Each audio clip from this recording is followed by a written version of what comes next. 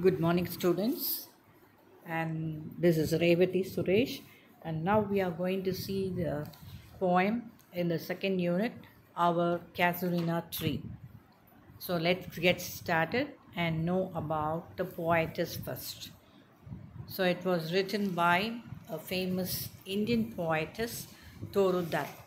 Now let me give you some of the important points about Toru Dutt. Toru Dutt was born in the year 1856, was a Bengali poet who wrote in English and as well as in French. She was the third daughter of the family, and the Dutt family was a family of distinguished intellectuals and poets. She also had the advantage of being taught by excellent English tutors at home and later on of the long stay in Europe and England. So Toru was basically a Bengali poetess, and she had the knowledge of great writing, and she was having to her advantage of being born in a family of intellectuals and poets. So as such, she had the inborn capacity of writing poems. Toru, with all her exposure to involvement in Western life and culture, loved the land of her birth and remained thoroughly Indian in her consciousness. Besides a well known collection of poems with the title Ancient Ballads and Legends of Hindustan, she has to her credit a volume of poems in French titled Sheaf Glean in French Fields. Our Casuarina Tree, the most well known of Toru's poems, was included in a miscellaneous poem. So, since she had an inbuilt talent of writing poems because of her birth in a family of intellectuals and poets, she has written a number of poems, and the most outstanding and excellent poem that is to be mentioned is our Casuarina Tree by the poetess. And in this poem, the poetess Toru Dutt remembers her happy childhood days with her friends and siblings under the casuarina tree of her garden. The magnificent tree had been the host for a plenty of life, and the image of the tree kindles in her both happy and sad moments. So, in this poem, she had talked both of happy moments and as well as about the sad moments she experienced in her life. Now, being far away from her homeland, she remembers the lost days of innocent happiness and the departed souls of her beloved ones to the abode of God. She decides to holify the tree with her humble verses. She wishes that the tree should be remembered out of love and not for any other reason. Now, let's go into the poetic lines, and now let's see the poem. Our Casuarina Tree by Toru Dutt. Like a huge python winding round and round, the rugged trunk indented deep with scars, up to its very summit near the stars, a creeper climbs in whose embraces bound no other tree could live. But gallantly the giant wears the scarf, and flowers are hung. So this is the first stanza that we are going to see. So the first line itself is beginning with a figure of speech. See there, the poet is comparing a creeper which has wound round the tree to a huge python, like a huge python winding round and round. The rugged trunk means which is not smooth, it is very rough and strong. The trunk of the tree is very rough, not smooth, and it is having a very coarse trunk. Indented means bent deep with scars. It is having lots of marks on its trunk part.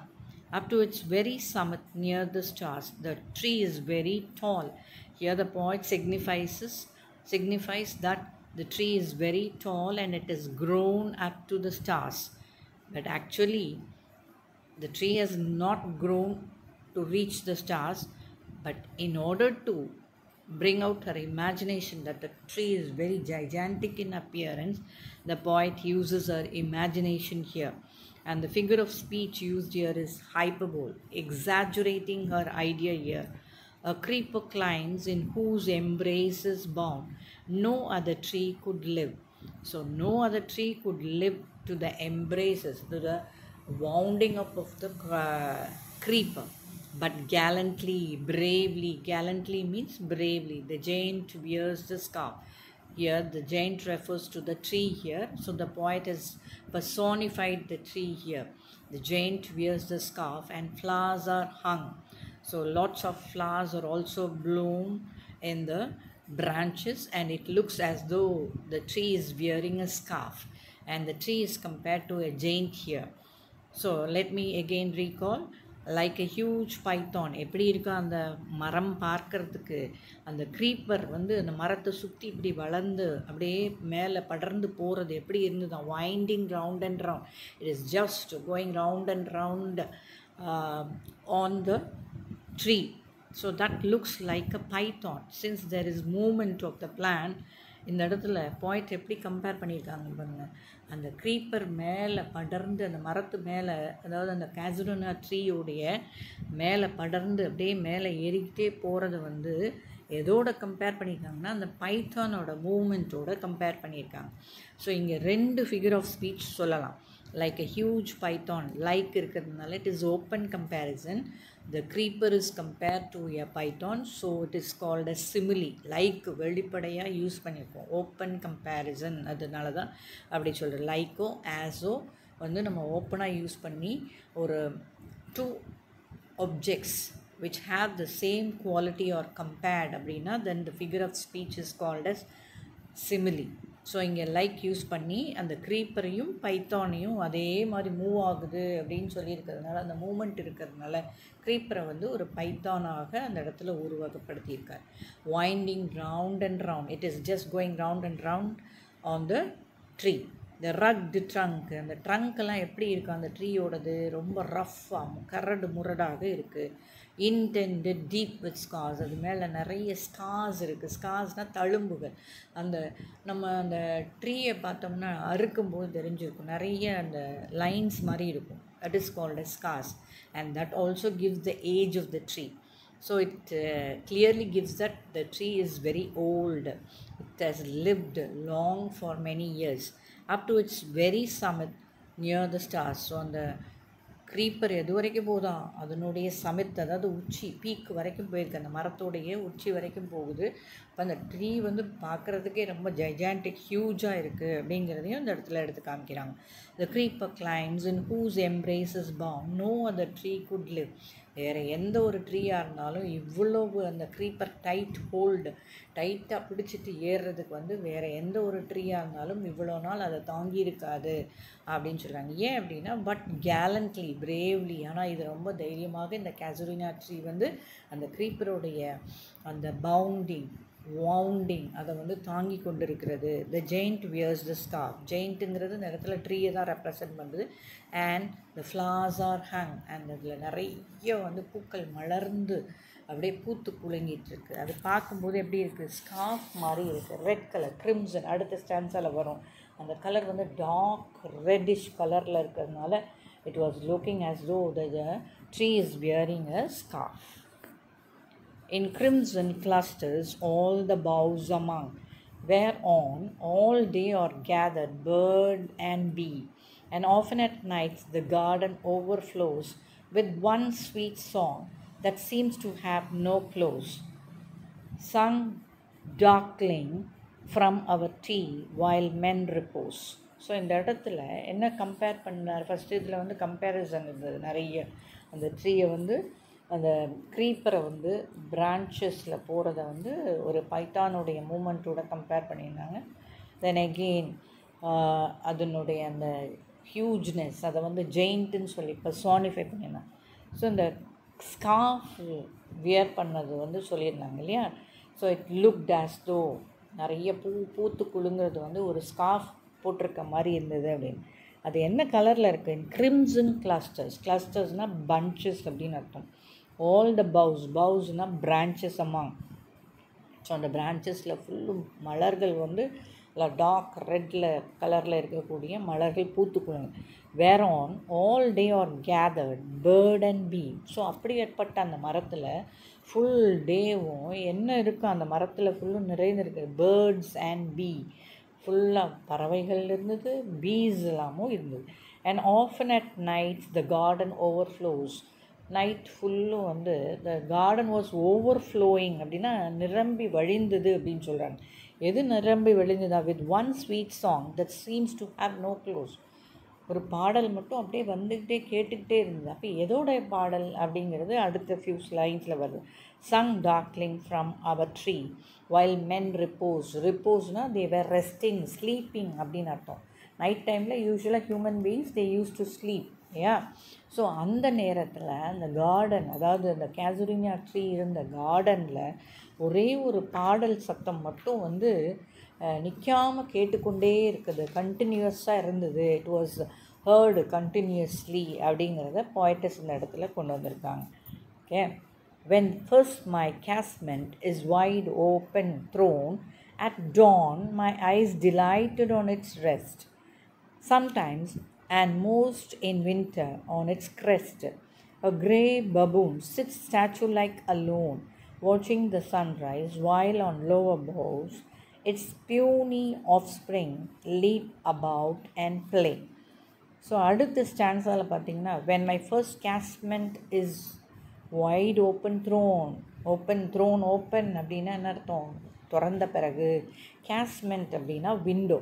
So night வந்து the garden was filled with the song, a lovely melodious song. It was overflowing அப்படின்னு சொல்லியிருந்தாங்க போய்ட்டு. And இந்த early morning, Donna early morning, அப்போ இந்த சன்ரைஸ்க்கு முன்னால் இருக்கக்கூடிய பீரியடை வந்து டான்னு சொல்கிறது. ஸோ இந்த டான் டைமில் எப்படி இருந்தாங்க? when first my casement window was open wide at dawn my eyes delighted on its rest. So என்னுடைய கண்கள் திறந்து அந்த விண்டோஸை திறந்து பார்க்கும்போது எப்படி இருந்துச்சான்? அப்படியே ரொம்ப சந்தோஷத்தில் வந்து அவங்க வந்து என்ன பண்ணுறாங்க, ரொம்ப ஆச்சரியத்தோடு பார்க்குறாங்க அந்த மரத்தை. Sometimes and most in winter, எல்லா நேரங்கள்லையுமே, அண்ட் பர்டிகுலர்லி இன் வின்டர் டைமில் ஆன் இட்ஸ் கிரெஸ்ட் பிரான்ச்சஸ் அப்படின்னு அர்த்தம். வின்டர் டைமில் எது உட்காந்துருக்கு அந்த பிரான்ச்சஸில்? Grey baboon sit statue like. Baboon அப்படிங்கிறது kind of monkey, grey coloured monkey. And it was sitting on the branches like a statue. Again comparison here. So the figure of speech வந்து simile. watching the sunrise. And what was the baboon doing, monkey doing அப்படின்னா, அது சன்ரைஸை பார்த்து ரசித்து கொண்டிருந்தது. அப்படியே அசந்து போய் அப்படியே ஸ்டாச்சு மாதிரி உட்கார்ந்தது. while on the lower boughs அப்படின்னா என்ன அர்த்தம்? அதனோட கீழே இருந்த பிரான்ச்சஸில் his puny offspring leap about and play. அதனோட யங் ஒன்ஸ், பியூனி அப்படின்னா வெரி ஸ்மால், அப்படியே மெலிந்த உருவம் கொண்டு அப்படியே வீக்காக இருக்கக்கூடிய அந்த ஆஃப்ஸ்ப்ரிங்ஸ் அப்படின்னா young ones of the monkey. Leap அப்படின்னா jump, they jump about and played. So they were playing in the lower branches அப்படின்னு சொல்கிறாங்க. ஓகே. அடுத்து next line. And fat and far and near kokilas hailed the day, and to their pastures went our sleepy cows, and in the shadow on the broad tank cast by that whole tree, so beautiful and vast, the water lilies spring like snow enmazed. What a wonderful line பாருங்களேங்க. And far and near. So far அப்படின்னா ரொம்ப தொலைவில், நியர்னா பக்கத்தில். Kokila's hail the day. இந்த கோகிலாஸ் அப்படிங்கிறது it's a kind of a bird which sings very melodiously. And to their pastures. ஸோ அந்த பிரான்ச்சஸில் monkeys, பேர்ட்ஸ் இருந்தது, பீஸ் இருந்தது, monkeys இருந்துச்சு. அண்ட் கோகிலாஸ் அந்த சைடில் பிக்சரில் இருக்குது பாருங்கள், ஒரு குயில் மாதிரி இருக்கக்கூடிய பறவை. hail the day. they were sitting on the branches of the tree throughout the day and singing. And to their pastures, pasture-na meadows, went our sleepy cows. And பக்கத்தில் இருக்கக்கூடிய மெடோஸில், கிராஸ்லேண்ட்ஸில் இந்த கவுஸ் எல்லாம் வந்து they were just grassing the field. And sleepy cows, ஏன் அப்படி sleepy cowsனால் they were just slowly doing their job, grassing the land, meadows அப்படின்னு அர்த்தம். and in the shadow on the broad tank cast by that whole tree. அந்த பெரிய அடர்ந்த உயர்ந்து நிற்கக்கூடிய அந்த மரம், அதாவது கேசுரினா ட்ரீயோடைய நிழல் வந்து எதில் படுதான், பக்கத்தில் இருந்த ஒரு டேங்க்னா குளம், டேங்க்கில் பட்டுச்சு. And in the shadow on the broad tank, அப்போனா அது ரொம்ப அகண்ட இருக்கக்கூடிய ஒரு குளமாக இருந்தது. But by the whole tree so beautiful and vast, அந்த ட்ரீ எப்படி இருந்தது, it was very beautiful and vast. The water lilies spring like snow and mist. So அந்த வாட்டர் லில்லிஸ் அடர்ந்து பூத்திருந்த அந்த குளம் பார்க்கறதுக்கு எப்படி இருந்தால் வெள்ளை வெளியேன்னு இருந்ததுனால அந்த ஸ்னோ கவர்ட் மாதிரி, என்மேஸ்ட் அப்படின்னா கவர்டு அப்படின்னு அர்த்தம். So it was looking as though it was, the pond was covered with snow. But not because of its magnificence. Dear is the Casuarina True, my soul. Beneath it we have played, though years may roll. O sweet companions, love with love intent. For your sake shall the tree be ever dear. Blent with your images, it shall arise.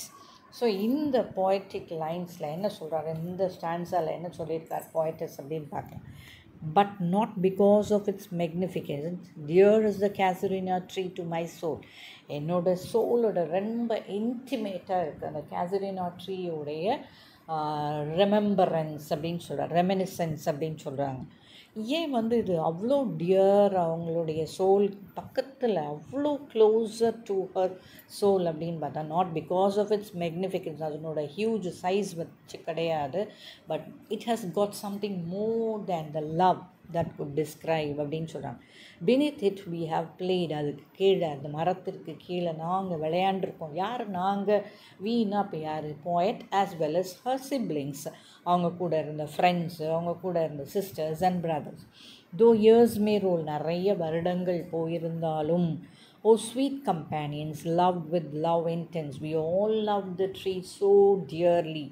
எங்களுடைய அன்புக்கு வந்து அந்த casuarina ட்ரீக்கு வந்து நாங்கள் காட்டின அன்பு வந்து it can not be measured அப்படின்னு சொல்கிறாங்க. For your sake shall the tree be ever dear. So எப்போவுமே இந்த அன்பு குறையவே கூடாது, இப்படியே இருக்கணும் அப்படின்னு சொல்லி அவங்க விருப்பப்படுறாங்க. blend with your images it shall arise.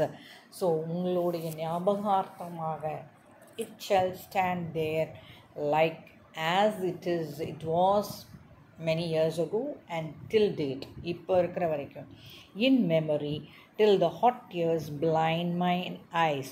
What is the dirge like murmur that I hear, like the sea breaking on a single beach?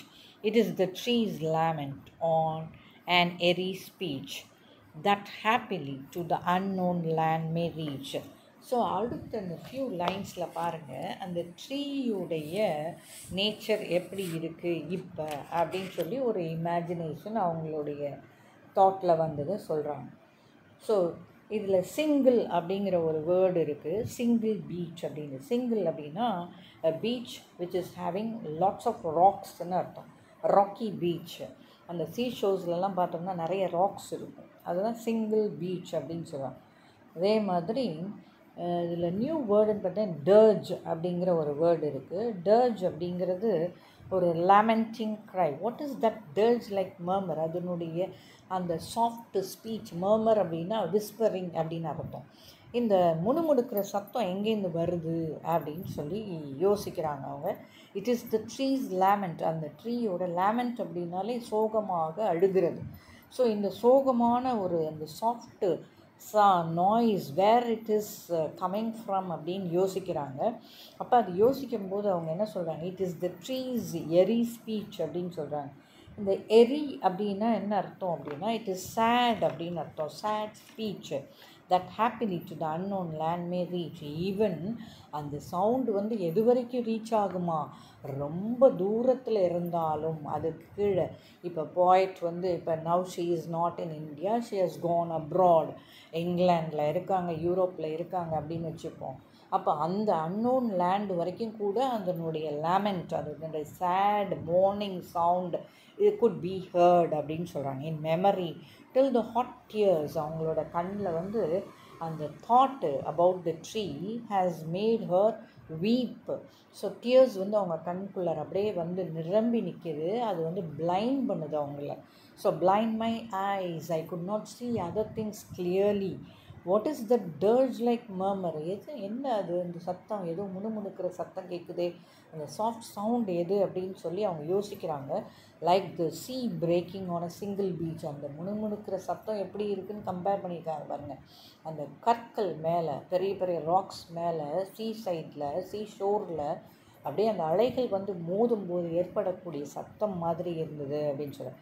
It is the tree's lament. அப்போ அந்த சவுண்டு எதோட கம்பேர் பண்ணுறாங்க, அந்த tree make பண்ணக்கூடிய sound வந்து it was like the sound made by the rock surface by the waves அப்படின்னு சொல்கிறாங்க.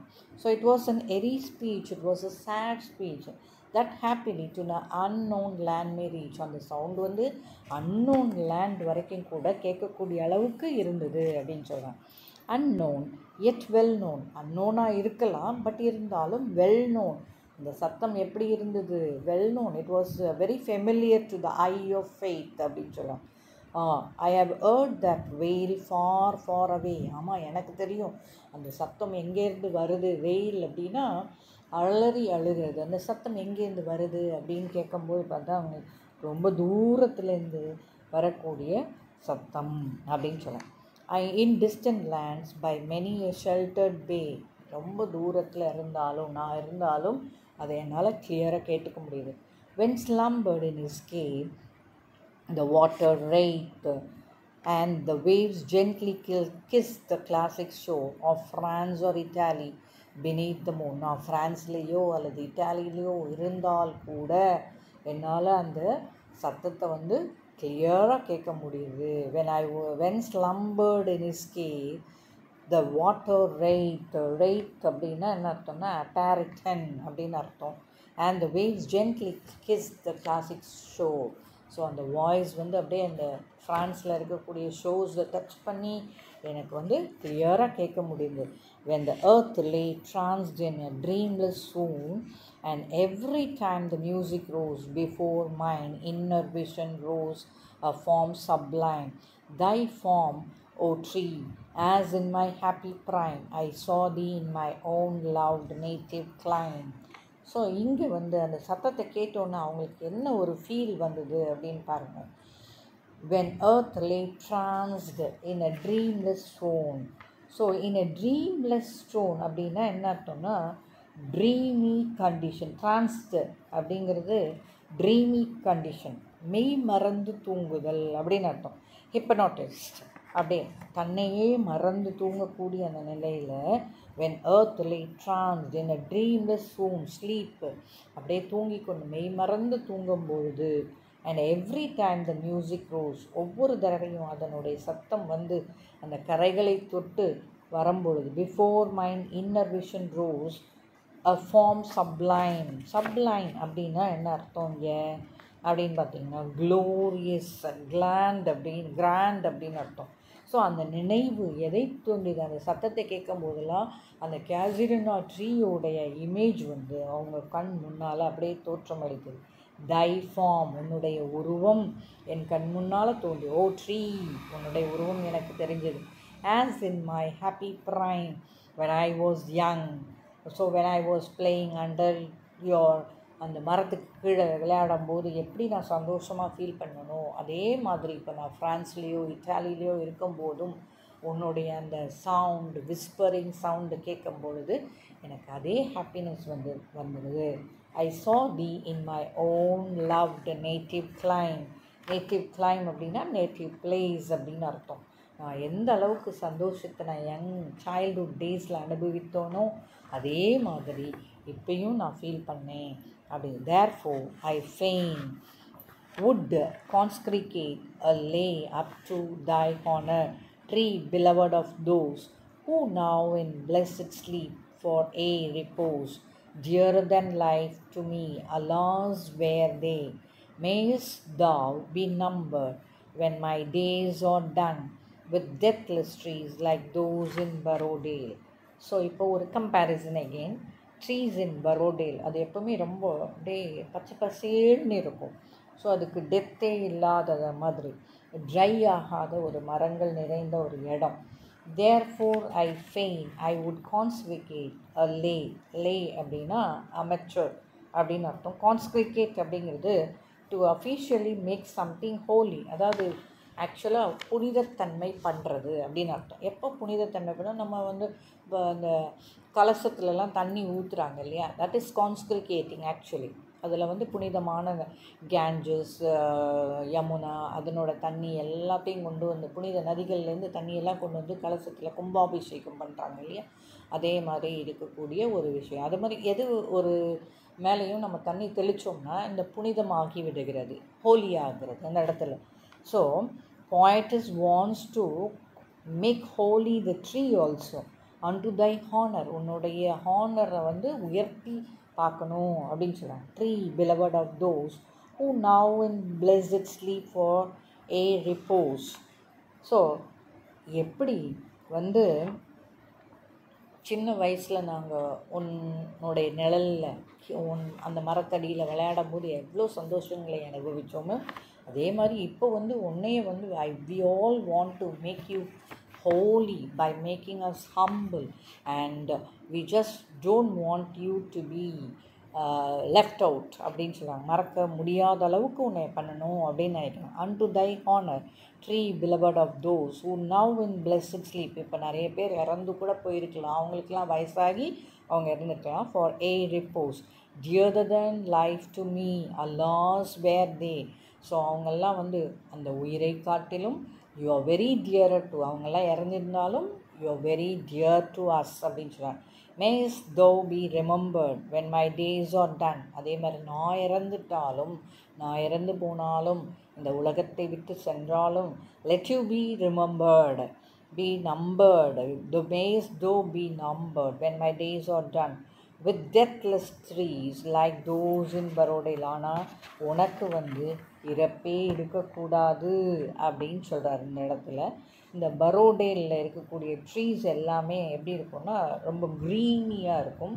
So he compares the yew trees of Barodale in this verse. So she expresses a wish that the tree should be remembered out of love and not just because it cannot be just forgotten அப்படிங்கிறது. Under whose awful branches lingered pale fear, trembling hope and death, the skeleton, and time the shadow, and though weak the verse, that would thy beauty fain, oh fain rehearse, may love defend thee from oblivion's curse. Oblivion அப்படின்னா என்ன அர்த்தம்னா forgetfulness அப்படின்னு அர்த்தம். So the state of being forgetting, forgotten அப்படிங்கிறது தான் oblivion, the state of forgetfulness, that is called as oblivion's curse. உன்னை யாருமே மறக்கக்கூடாது, let you live for long years.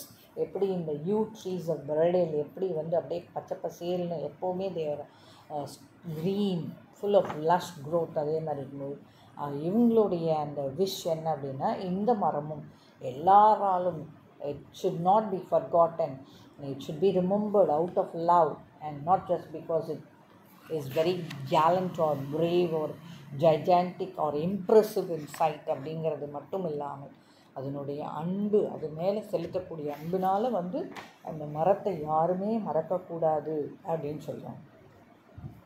இந்த இடத்துல ஒரு வித்தியாசமான ஒரு poetic டிவைஸும் யூஸ் பண்ணியிருக்காங்க poetess, zoomorphism அப்படின்னு சொல்லிட்டு. ஸோ இது தனியாக ஒரு சின்ன ஒரு வீடியோவும் இருக்குது உங்களுக்கு. இந்த poetic டிவைசஸ் வந்து இட்ஸ் அப்ரிசியேஷன் கொஸ்டினில் ரொம்ப ஹெல்ப்ஃபுல்லாக இருக்கும் poetic devices, and you should also know where the poet compares the qualities of the tree அப்படிங்கிறது. ஸோ இதில் இந்த zoomorphismங்கிறது ஒரு வித்தியாசமான ஒரு poetic device describing the vine in animal terms, that is as a python. This is used to illustrate movement, making the tree seem more actively alive and also implying movement.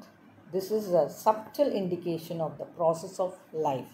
So in the first line பார்த்தோம் இல்லையா, like Python, huge Python winding round and round அப்படின்றத அந்த இடத்துல figure of speech வந்து ஜூமார்ஃபிசம் அப்படிங்கிற figure of ஸ்பீச்சை use பண்ணியிருக்காங்க. So we'll be seeing the poetic devices in a separate following video. So thank you students, thank you.